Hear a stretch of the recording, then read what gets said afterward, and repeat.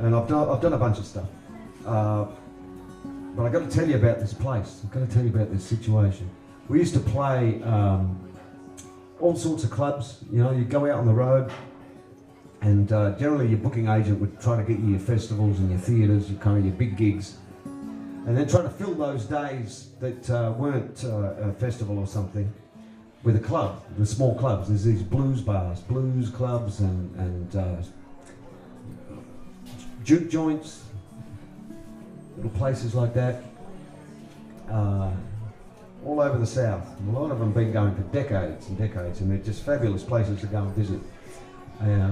But when you're doing those places, you don't make a lot of money. They don't make a lot of money, and you're not necessarily doing it to make a lot of money, but you want to make a bit of money, right? So you want to get enough to put some gas in the van and maybe feed the guys in the band for another night. And the way that it's done over there is they have a tip jar. So you turn up, and as the band leader, you know you're not going to get paid very much, but they'll give you a tip jar. Right? Great big bucket. Yeah, great big bucket. There's one right there. You don't see them too often over here. But they give you this big bucket, and then you play your darndest. And the idea is that you take the tip jar around and you try to get a little bit of a donation for people. People show their appreciation. But that's life in America. You know, that's kind of just how it's done. But I'm going to tell you about this place. We got sent to a place in Mobile, Alabama. Mobile, Alabama. Which I don't know if you know what the map looks like, but if you get Alabama's down in the south. You know, it's one of the most southern states there are. Well, when you enter Alabama, and then you just go all the way down the bottom of Alabama. So it's like in the deep south of the deep south. Right? It's like all the way down there. And so we drove all the way down there. And there's this address, you know, for the Blues Tavern. And we went past this place like 3 or 4. We're going up and down the road, you know. GPS is telling us we're there, and we can't find this place. Turns out it was in between like a floor covering place in a car dealership or something like that. And when we got up close, we finally figured out, oh, there's a door there, and there was a sign. It was like a piece of A3 paper taped to the wall with Blues Tavern written in magic marker. And it was all faded in the sun. But anyway, so we found it. So we go in there, and it's this little bar room. You know, there's a low ceiling, and we're in there, and there's blues music playing softly, and there's people playing pool and having a drink and stuff like that. And it was I don't know, it was a kind of a rustic place, let's say. And while we're in there, people are trying to give us the heebie-jeebies, right? Because I'm obviously from out of town. Right. The two guys that are with me are from Atlanta, Georgia. They've never been there before, but they're trying to give us the willies, you know. They're trying to put us off our game. So to give you an idea of what was going on, I was looking at the little area where we had to set up, and I'm thinking, okay, we'll put the drums down, put the bass in there. And this guy's come up, and he's just kind of done that thing where he's walking by, and he's just kind of bumped me like that. I'm like, oh, sorry, mate. He said, hey, so are you carrying a knife? I said, no, mate, no, I'm not carrying a knife. Well, you better get yourself a knife. You're going to need a knife in here tonight, right? So it's that kind of, but that was going on all afternoon, right? And they were saying all kinds of freaky stuff, right? We'd never been there before. We didn't know anybody, you know, and we were kind of left to our own devices. But one of the strangest things was that there was no tip jar. We'd driven all the way down there, and there was no tip bucket. No love bucket, there's another word for it.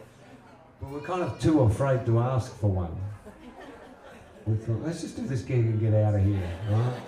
So we're playing away, and I've got to tell you this is where it gets really interesting. So we're playing away, we're doing the first set, and I just got two of the funkiest dudes I've ever met up on stage with us, so I know they're playing great. I'm just doing the best I can.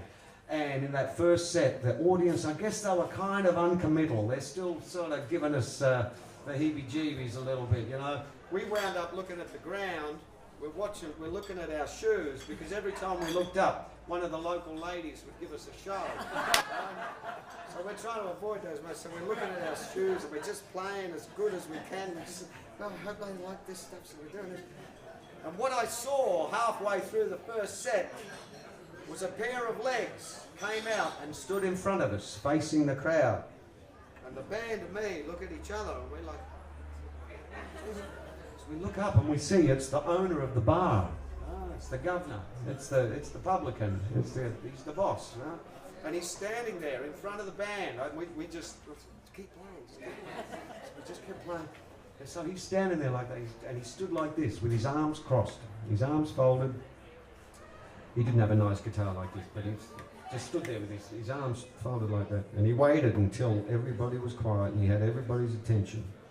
And then all of a sudden he's done this. One arm up like that, and the other one arm up like that, and he had a fistful of dollars there, a fistful of dollar bills there, and he's thrown them up to the ceiling, and then they've all floated down, and he walked off, and they all floated down in front of the band, all these dollar bills. And at that point, as they hit the ground, the crowd just roared with applause. There was, you know, and there was wolf whistles, and they all got up and they started dancing. It was like we'd passed the initiation.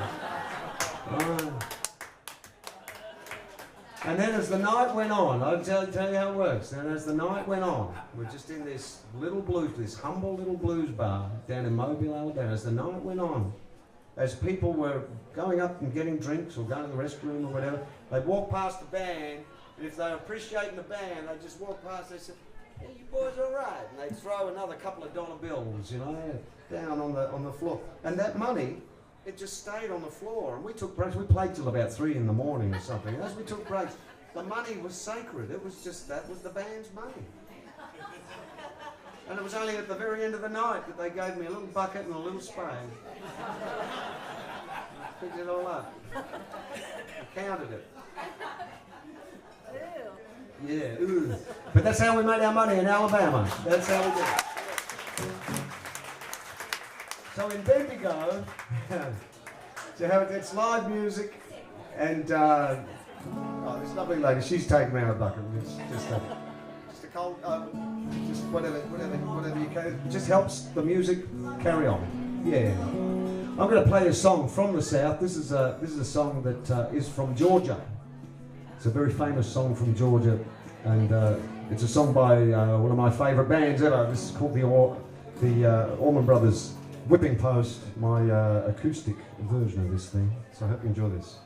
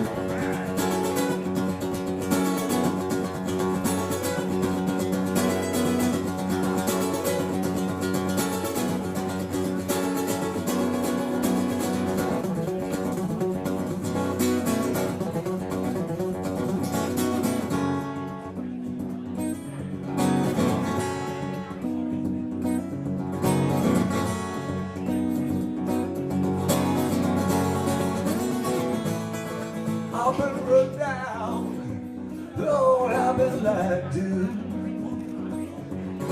And I don't know why I let that woman but they have to build food and she took all my money. She wrecked my new car. And now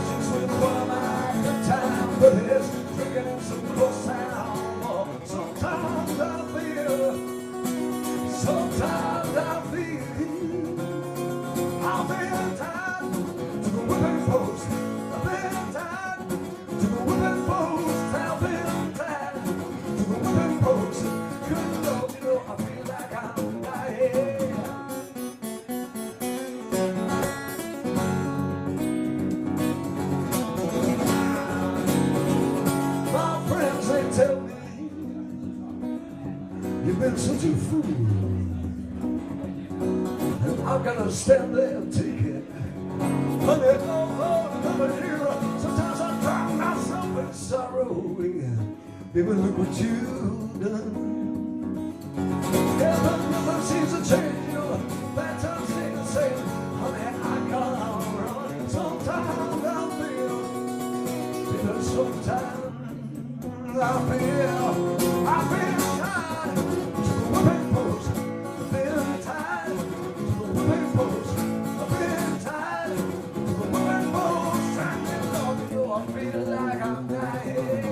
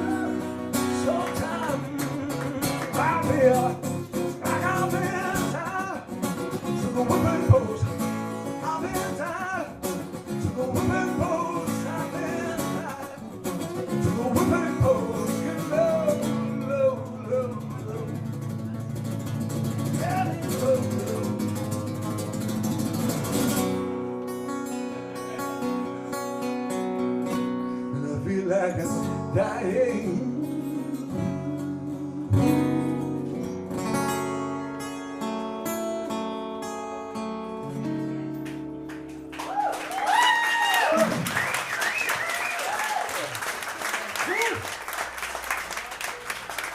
Stay.